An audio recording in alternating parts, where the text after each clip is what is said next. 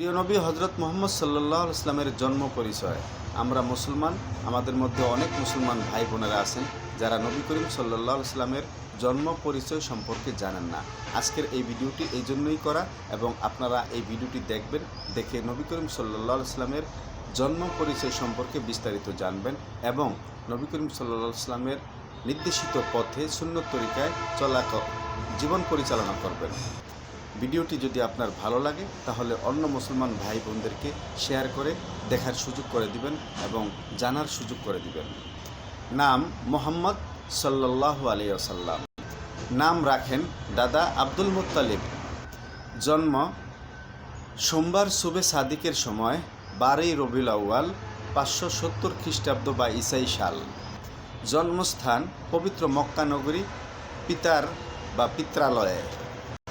রসুল পাক সাল্লাল্লাহু আলাইহি ওয়াসাল্লামের বংশ ছিল মক্কার প্রসিদ্ধ বংশ কুরাইশ বংশে জন্ম। পিতার নাম আবদুল্লাহ। রসুল পাক সাল্লাল্লাহু আলাইহি ওয়াসাল্লামের জন্মের 6 মাস পূর্বেই পিতা আবদুল্লাহ ইন্তেকাল করেন। মাতার নাম আমিনা বিনতে আব্দুল ওয়াহাব।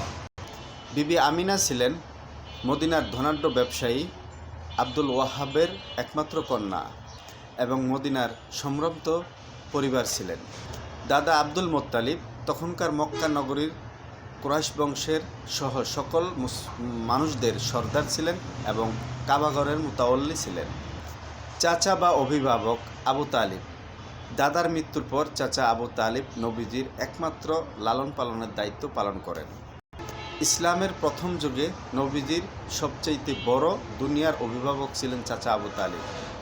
রসুল পাক সাল্লাল্লাহু আলাইহি ওয়াসাল্লামের দুধমা ছিলেন হালিমাতুস সাদিয়া রাদিয়াল্লাহু তাআলা আনহু। প্রিয় নবী হজরত মুহাম্মদ সাল্লাল্লাহু আলাইহি ওয়াসাল্লামের ডাক নাম ছিল আল আমিন। রসুল পাক সাল্লাল্লাহু আলাইহি ওয়াসাল্লামের দুনিয়ার জীবনে নবুয়ত প্রাপ্তির পূর্বে সমস্ত মানুষের কাছে এত পরিচিত ছিলেন সত্যবাদিতা এবং বিশ্বস্ত হিসাবে, তাই সবাই তাকে আল আমিন উপাধি দিয়েছিল। রসুল পাক সাল্লাল্লাহু আলাইহি ওয়াসাল্লামের প্রথম স্ত্রীর নাম বিবি খাদিজা রাদিয়াল্লাহু তাআলা আনহা। তিনি ইসলামের প্রথম যুগে রসুল পাক সাল্লাল্লাহু আলাইহি ওয়াসাল্লামকে তার জীবনের সমস্ত ধন সম্পত্তি দিয়ে রসুল পাক সাল্লাল্লাহু আলাইহি ওয়াসাল্লামকে সাহায্য করেছেন এবং তারা সুখের শান্তির জীবনযাপন করেছেন।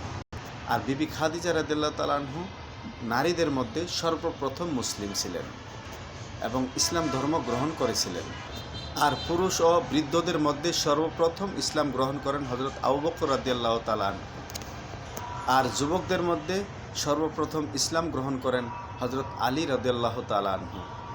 আল্লাহ রাব্বুল আলামিন আমাদেরকে এই বিষয়গুলি মুসলমান হিসেবে জানার জন্য সবচেয়ে বেশি তৌফিক দান করুন এবং এই বিষয়গুলি জেনে আমাদের উপকৃত হওয়া যাবে ইসলাম সম্পর্কে এবং আল্লাহ নবী সম্পর্কে যদি আমরা কিছু না জানি, তার বংশ পরিচয় যদি না জানি মুসলমান হয়ে, এটা কেমন দেখায় না?